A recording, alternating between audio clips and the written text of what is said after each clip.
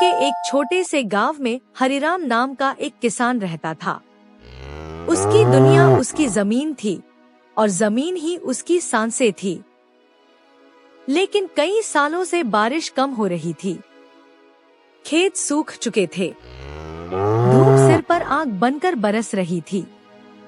अर्जुन बैलों के साथ हल चला रहा था।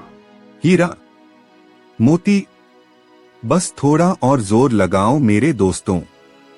मुझे पता है जमीन सख्त हो गई है, मिट्टी में जान नहीं बची, लेकिन हम हार नहीं मानेंगे। अगर आज हम रुक गए ना, तो कल यह खेत हमें पहचानना छोड़ देगा। तुम थक गए हो, मैं भी थक गया हूँ, लेकिन जब तक सांस है हल चलता रहने दे अर्जुन, बस कर दे बेटा। इन बेजुबानों को क्यों सजा दे रहा है? जब ऊपर वाला ही हमसे नाराज हो गया है, जब आसमान ने ही अपनी मेहरबानी रोक ली है, तो यह सूखी जमीन हमें क्या देगी? देख तो सही, दरारें पड़ गई है। ये दरारें सिर्फ मिट्टी में नहीं, मेरे दिल में भी पड़ रही है। रहेगा। पिताजी, आप ऐसा मत कहिए। जमीन माँ होती है, वो कभी अपने बच्चे को खाली हाथ नहीं लौटाती। आज अगर वो चुप है तो इसका मतलब यह नहीं कि वो मर गई है। बस थोड़ा धैर्य चाहिए। आप छांव में बैठ जाइए, मैं हूं ना। मैं इस मिट्टी से फिर हरियाली निकालकर दिखाऊंगा। हरिराम कुछ नहीं बोले। उनकी आंखें भर आईं। दूर से मोटरसाइकिल की तेज आवाज आई। धूल उड़ाते हुए महेश चौधरी खेत के पास आकर रुका। अरे हरिराम भाई, अभी तक उम्मीद जिंदा है क्या? और अर्जुन बेटा, तू भी अभी तक इस मरी हुई जमीन से लड़ रहा है? समझदार बनो। 1 लाख का कर्ज लिया था, अब 48,000 सिर्फ ब्याज हो चुका है। वक्त किसी का इंतजार नहीं करता। कागज मेरे पास है, बस एक दस्तखत और यह जमीन मेरी। बस फसल कटने दीजिए महेश जी, आपकी एक एक पाई चुका दूंगा। फसल? कहाँ है फसल? यहाँ तो सूखी घास भी मुश्किल से उग रही है।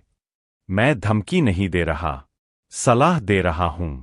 वक्त रहते जमीन छोड़ दो, वरना इज्जत भी चली जाएगी और जमीन महेश भी। जी, इज्जत पैसे से बड़ी होती है, और यह जमीन हमारे बाप दादा की है। जब तक मैं जिंदा हूँ, इसे किसी के नाम नहीं दूंगा। अचानक एक दिन हरिराम खेत में गिर पड़े। अस्पताल में डॉक्टर ने अर्जुन को बाहर बुलाया। अर्जुन, मैं तुम्हें झूठी तसल्ली नहीं दूंगा। तुम्हारे पिताजी का शरीर अब जवाब दे चुका है। मानसिक तनाव और उम्र दोनों ने मिलकर उन्हें तोड़ दिया है। अगर इन्होंने फिर से हल पकड़ा तो शायद उनकी जान भी जा सकती है। अब यह घर, यह जमीन, सब तुम्हारे कंधों। लेकिन डॉक्टर साहब, अगर खेती नहीं करेंगे तो घर कैसे चलेगा? दवा कैसे आएगी? कर्ज कैसे चुकाऊंगा? यह सवाल अब तुम्हें खुद से पूछना होगा। जिंदगी कठिन फैसले मांगती है। उस रात अर्जुन ने अपने माता पिता को बात करते सुना। सरिता, मैं हार गया हूँ। जमीन महेश चौधरी को दे देते हैं। अर्जुन की आंखों में जो दर्द है वो मैं नहीं देख सकता। मेरी वजह से उसे लोगों के सामने झुकना पड़ रहा है। आप ऐसा मत कहिए। अर्जुन जवान है, वो कुछ ना कुछ कर लेगा। अर्जुन बाहर खड़ा सब सुन रहा था। उसकी आंखों से आंसू गिर रहे थे, लेकिन अंदर आग जल रही थी। सरिता एक छोटा डिब्बा लेकर आई। अर्जुन, यह मेरी आखिरी बाली है, तेरे नाना ने दी थी। इसे बेच देना, 20 से 25,000 मिल जाएंगे। यह आपकी निशानी है? निशानी सोने की नहीं होती बेटा, इंसान की होती है। अगर तू हार गया तो यह सोना भी बेकार है। शहर जा, अपने लिए लड़। मुझे अपने बेटे पर भरोसा है। शहर ने उसे गले नहीं लगाया। दिन में मजदूरी, रात में डिलीवरी, कई रातें फुटपाथ पर गुजरी। 2 महीने बाद 31,000 रुपए जमा हुए, लेकिन एक रात बैग चोरी हो गया। है, हे भगवान, मेरी 2 महीने की मेहनत मेरे पिताजी की दवा, सब चला गया। क्या सच में मेरी किस्मत इतनी कमजोर है? कोई सुनने वाला नहीं था।